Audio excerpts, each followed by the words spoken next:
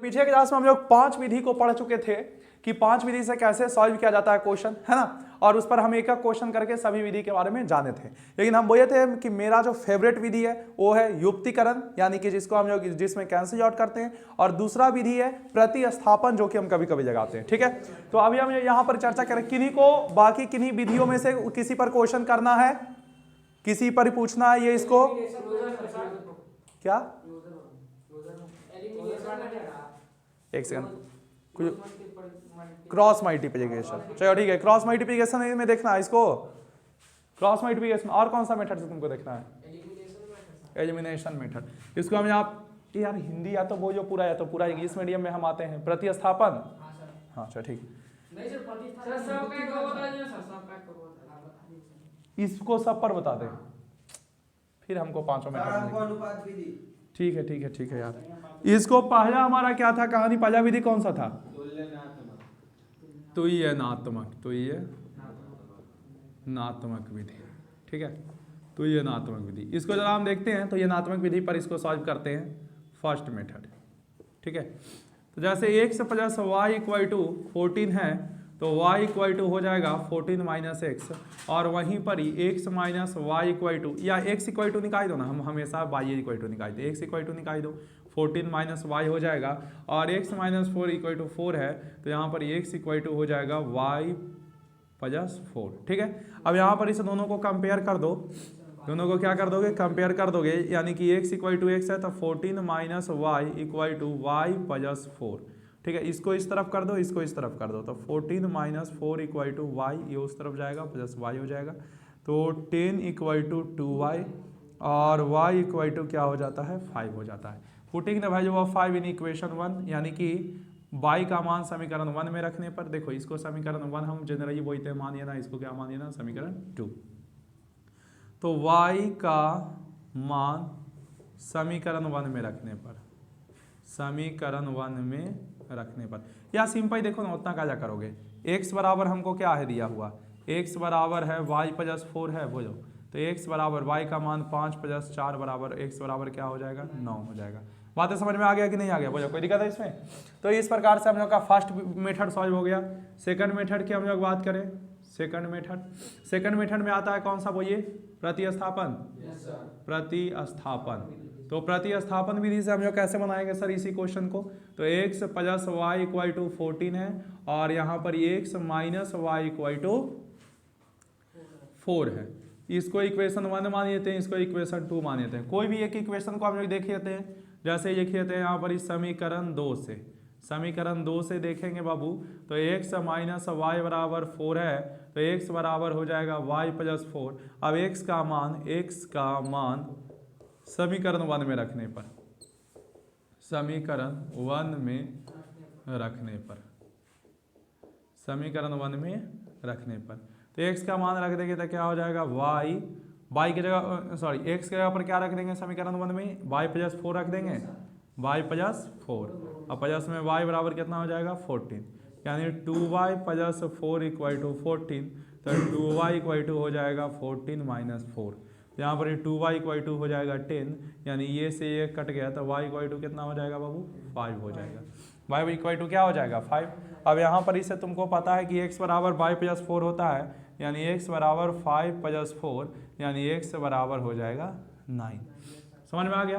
तो दूसरा विधि हम लोग का हो गया। थर्ड मेथड बोलो, तो ऋणात्मक है, क्रॉस मल्टीप्लिकेशन, युक्तिकरण है। तो यहाँ पर x plus y equal to 14 है, और x minus y equal to 4 है, समीकरण 1 समीकरण 2। इसको इस प्रकार से करेंगे, गुना भागा करके, गुना करके इसको इस प्रकार से कर देंगे कि दो टर्म बराबर हो जाए। जैसे देखो इसमें बराबर है, और देखना एक चीज, जैसे कि हमको y को हटाना है, ये तो बराबर है, y भी बराबर है, x भी बराबर है। यदि हमको y को हटाना है तो दोनों को ऐड कर देंगे, एगो प्लस में एगो माइनस में, कट के खत्म हो जाएगा। और यदि x y को हटाना है तो दोनों को सब्ट्रैक्ट कर देंगे, एगो प्लस में एगो माइनस में। देखो जब ऐड करते हैं यानी जोड़ते हैं इक्वेशन को, तो साइन चेंज नहीं होता है, जब चिन्ह नहीं चेंज होगा तो ये दोनों केवल कटेगा, और जब घटाते हैं तो चिन्ह चेंज हो जाता है, तब ये दोनों कट जाएगा, है कि नहीं। तो यहाँ पर हम लोग जोड़ते हैं, यानी कि मैं लिखेंगे ऐसे, बस समीकरण 1 को 2 से, समीकरण 1 को 2 से जोड़ने पर लिखोगे तो चिन्ह चेंज नहीं होगा, ठीक है। ऐसे कंफ्यूज मत होना, जोड़ने पर कि घटाने पर ही कंफ्यूजन रहे तो केवल लिख दीजिएगा समीकरण 1 को 2 से। तो x plus y equal to 14 है और x minus y equal to 4 है। ये दोनों खत्म हो गया तो हो गया 2x इक्वल टू कितना 18। तो यहाँ से देखोगे तो x इक्वल टू क्या हो जाएगा 9। x का मान समीकरण 1 में रखने पर तो हो जाएगा x plus y equal to 14, तो 9 प्लस वाई इक्वल टू 14, तो y इक्वल टू 14 माइनस 9, तो y इक्वल टू 5, यानी x इक्वल टू 9 हो जाएगा, y इक्वल टू 5। फिर से आ गया कहानी वही हमारा। फिर हम बात करते हैं एक और विधि। इधर आ जाएगा क्या, नहीं आएगा?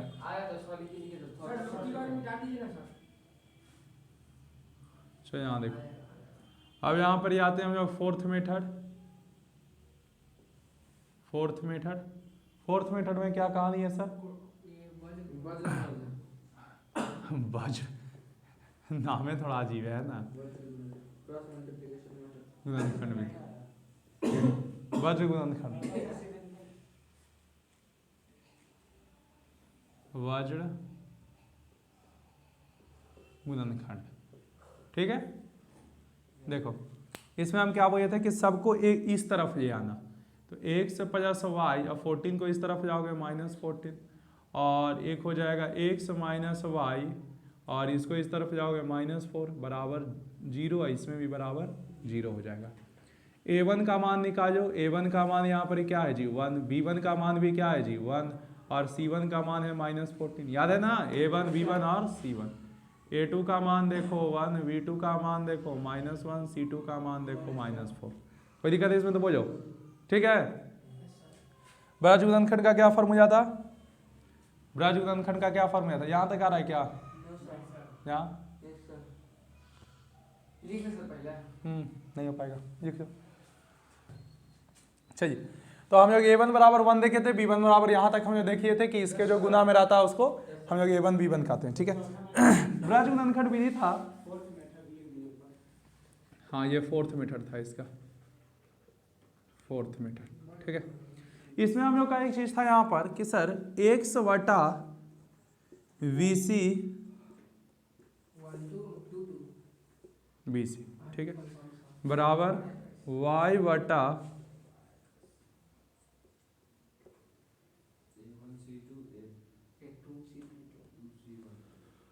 बराबर 1y AB, ठीक है। ऐसा करके हमारा था दिया हुआ, ठीक है। इसको हमको सॉल्व करना था। तो x बटा, देखो हम सबसे पहले बोले थे कि क्या करिएगा ना, इसको बराबर कर दीजिएगा, ठीक है।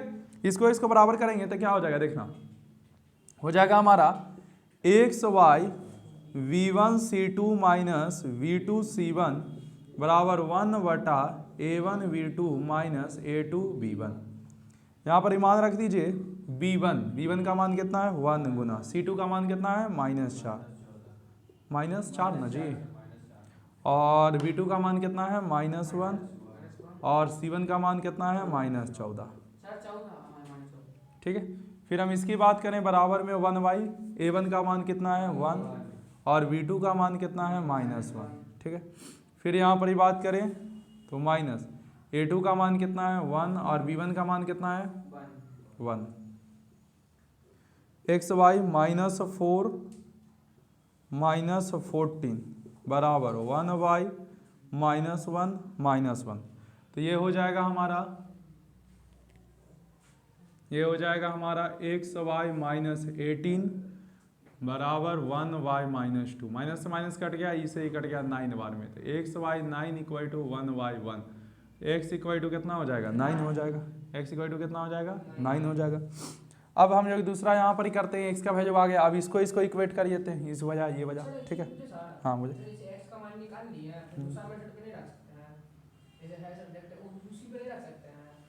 इसमें किस में रखोगे, इसमें केवल x वाला टर्म है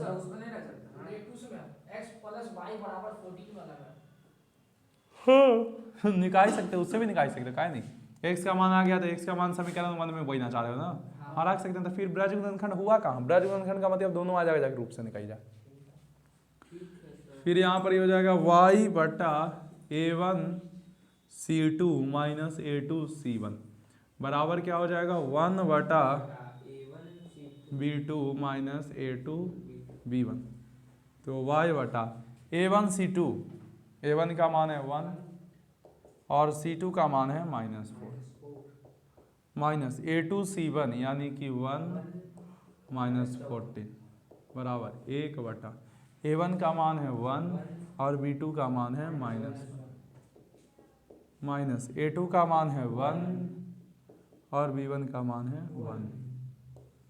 y बटा -4 प्लस 14 बराबर 1 बटा -1 -1। y बटा 10 बराबर 1 बटा -2। इसे ही कट गया 5 बार में, तो हो जाएगा y बटा 5 बराबर -1 बटा, इसको इससे क्या हो जाएगा y बराबर -1।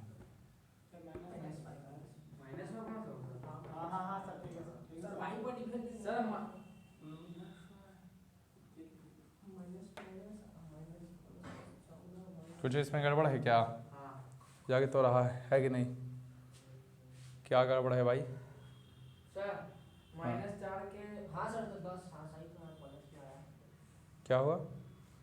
तो उधर में ऐसे हाँ सर ऊपर में देखिए सर y बटा 10 और 1/2 ना सर आप माइनस लिख दिए सर नीचे में। क्या? यहाँ देखिए सर यहाँ नीचे में देखिए y बराबर 10 है ना सर, तो वहाँ देखिए माइनस लिख दिए सर। हाँ माइनस। तो ये माइनस है ना जी? उसके ऊपर सर एक में माइनस नहीं ना है?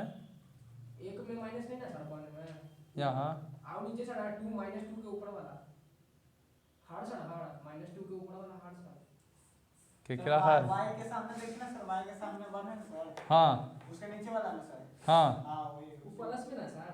तारे भाई तो नीचे वाला माइनस ऊपर गया, क्या गड़बड़ है बोलो?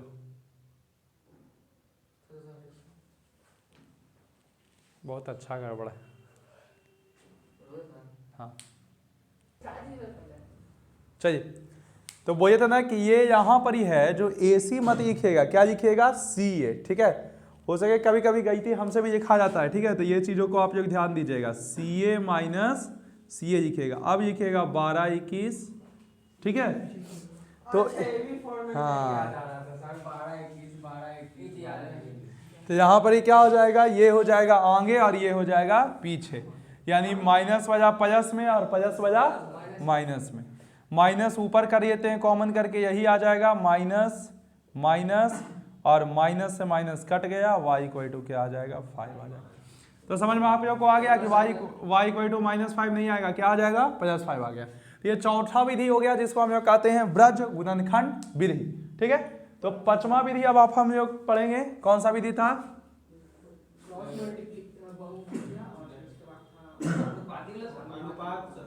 समानुपातिक विधि था, क्या नाम था, क्या था उसका एग्जैक्ट? अनुपात निर्णायक विधि। अनुपात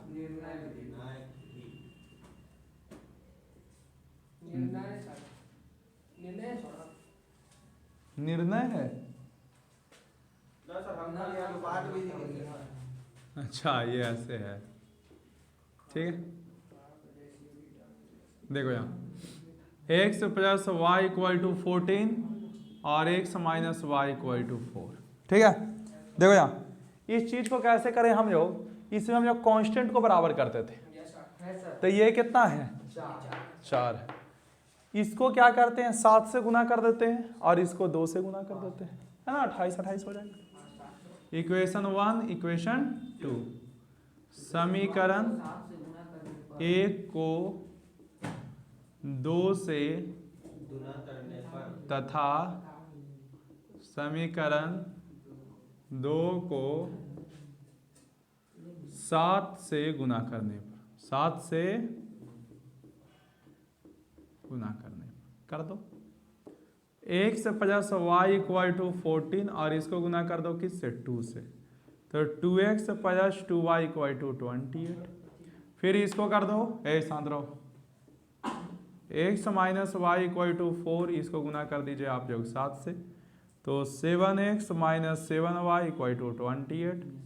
अब समीकरण 1 को 2 से क्या समीकरण 1 को 2 से कैंसिल ना गुना। समीकरण 1 को 2 से यहाँ पर ही गुना किए थे, यहाँ बराबर करना है। तो ये भी है जो 28 के बराबर है और ये भी है जो 28 के, दोनों को बराबर कर दें। 2x प्लस 2y, देखो इसको ऐसे ईक के भी कर सकते हो अच्छे से कि sir 2x plus 2y equal to 28 और 7x minus 7y equal to 28। तो यहाँ पर ही देखेंगे तो ये दोनों ऐड हो जाएगा, कितना हो जाएगा 9x और इसमें से ये घटेगा तो माइनस 5y इक्वल टू 0। नहीं, यहाँ पर एक चीज़ गलती की है, साइन चेंज जब तक नहीं करेंगे तब तक ये कट के 0 नहीं होगा, है कि नहीं? तो साइन चेंज करना पड़ेगा। तो साइन चेंज करेंगे तो क्या आ जाएगा, ये आ जाएगा माइनस 5x और ये आ जाएगा प्लस 9y और ये कहानी आ गया किसके बराबर हो गया, 0 के बराबर। मुझे कोई दिक्कत है इसमें? ठीक है। अब यहाँ पर हम देखते हैं कि इसको उस तरफ भेज देते हैं, तो 9y equal to 5x, 9y equal to क्या हो गया 5x हो गया। इसको हम लोग क्या लिख सकते हैं, थोड़ा समझना बातों को कि सर इसको लिखा जा सकता है, हाँ इसको हम लोग लिख सकते हैं, इन 9 को उस तरफ भेज दो तो हो जाएगा 5 को इस तरफ, तो हो जाएगा बाई 5, नहीं ये 5 भी पटी आएगा, भागा में आ जाएगा और इधर हो जाएगा x y 9 हो जाएगा कि नहीं, इक्वल टू में कुछ भी मान लो k, क्या मान लोगे k, ठीक है। तो हो जाएगा यहाँ पर इसे y बट्टा 5 इक्वल टू k, तो y इक्वल टू 5k और यहाँ पर ही हो जाएगा x बट्टा 9 इक्वल टू k, तो x इक्वल टू 9k, है कि नहीं। अब x और y का मान समीकरण 1 में रखने पर, x और y का मान समीकरण 1 में रखने पर, 1 में रखने पर रखो, तो रखोगे तो x की जगह पर क्या हो जाएगा, x की जगह पर 9k हो जाएगा, y की जगह पर क्या हो जाएगा 5k हो जाएगा बराबर 14, है कि नहीं। तो यहाँ पर ही देखोगे तो क्या आ जाएगा, ध्यान दो बाबू, तो हो जाएगा 14k इक्वल टू 14, यहाँ पर ही k इक्वल टू 1 हो जाएगा। तो k इक्वल टू 1 यहाँ पर ही रख दीजिए, देखो यहाँ ऊपर, यहाँ पर y इक्वल टू 5k है, y इक्वल टू 5 गुना 1, तो y इक्वल टू 5 हो जाएगा और यहाँ पर ही x इक्वल टू 9k है, तो x इक्वल टू 9 गुना 1, x इक्वल टू 9 हो जाएगा। पांचों विधि आप लोग को फिर से समझा दिए, इस पर कोई डाउट है, लिख लो। चलिए अब हम लोग आते हैं कि सर हम लोग सॉल्व तो करेंगे, सर हल करेंगे, एक बार देखिएगा इस पर क्वेश्चन बना के, बनेगा तो ठीक, नहीं बनेगा तो नेक्स्ट क्लास में हम और कुछ क्वेश्चन कराएंगे आप लोग, ठीक है। यहाँ पर एक चीज़ और देखिएगा कि सर एक और बहुत ही अच्छा सा प्रश्न पूछता है, जैसे देखो यहाँ पर ही एक a1x है, इक्वेशन है, v1y है प्लस में c1 इक्वल टू 0 है और एक और दो चरों वाले रैखिक समीकरण है a2x प्लस v2y प्लस में c2 बराबर 0, ठीक है। अब याद रखना यदि a1 वटा a2 बराबर नहीं है b1 वटा b2 के, a1 वटा a2 बराबर नहीं है b1 वटा b2 के, तो इसके केवल एक हल होंगे, इसके केवल एक हल होंगे, इसके केवल एक हल होंगे। और जब ये दोनों का ग्राफ खींचिएगा, हाँ मतलब केवल एक ही को मान निकलेगा। ओहो, कहने का मतलब कि यहाँ पर दो वेरिएबल है x और y है, तो यहाँ पर ही केवल x का एक ही मान निकलेगा और y का एक ही मान निकलेगा। हाँ, जब a1 वटा a2 बराबर रहेगा b1 वटा, बराबर नहीं होगा b1 वटा b2 के तब। और इसका जब ग्राफ खींचिएगा दोनों का, ध्यान दो बाबू यहाँ बोर्ड पर, जब दोनों का ग्राफ खींचिएगा तो एक दूसरे को कट करेगा, एक दूसरे को काटेगा। यानी कि यदि ये ग्राफ है इसका a1x plus v1y plus c1 equal to 0 और ये ग्राफ है इसका a2x plus v2y plus c2 equal to 0, तो इस केस में दोनों एक पॉइंट पर काटेगा, यानी कि एक पॉइंट पर सॉल्व होगा, ठीक है। दूसरा हम लोग केस देखते हैं कि सर a1 वटा a2 बराबर है b1 वटा b2 के और बराबर नहीं है c1 वटा c2 के, ऐसा केस आ जाए, ये दो को बराबर है, ये दो को बराबर नहीं है, तो ऐसे केस में बाबू इसका कोई हल नहीं होगा, इसको तुम हल करते रह जाओगे बट इसका कोई सॉल्यूशन नहीं निकलेगा, हाँ नहीं रहेगा। नहीं होगा। रुक जाओ, हम दे रहे हैं, वो भी तुमको दे रहे हैं। जैसे चलो हम रुक जाओ, अभी पहले हम एक और बता देते हैं उसके बाद। और इसका जब आप जो ग्राफ खींचिएगा तो ये दोनों लाइन पैरेलल हो जाएगा।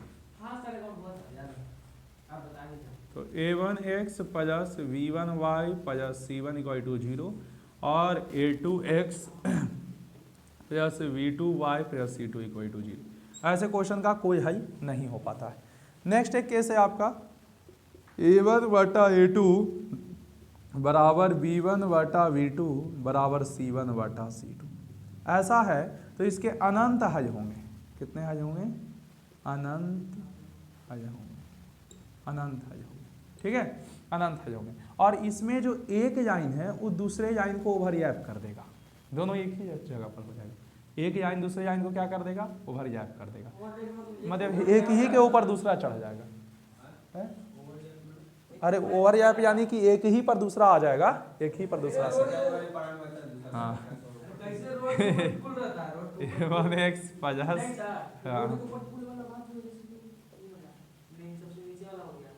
a2x plus v2y।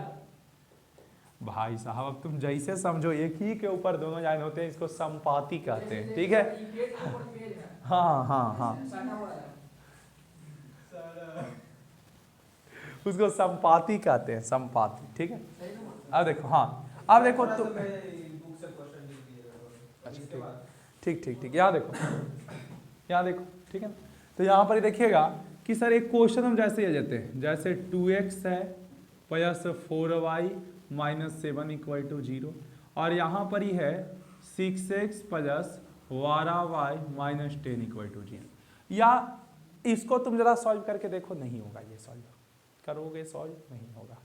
इसलिए नहीं होगा कि इसको यदि तुम 3 से गुना करोगे बराबर करने के लिए तो दुनहुन बराबर हो जाएगा, साइन चेंज करके काटोगे दुनहुन कट जाएगा, तो फिर मान किसका निकलेगा? समझ में आ गया कि नहीं आ गया?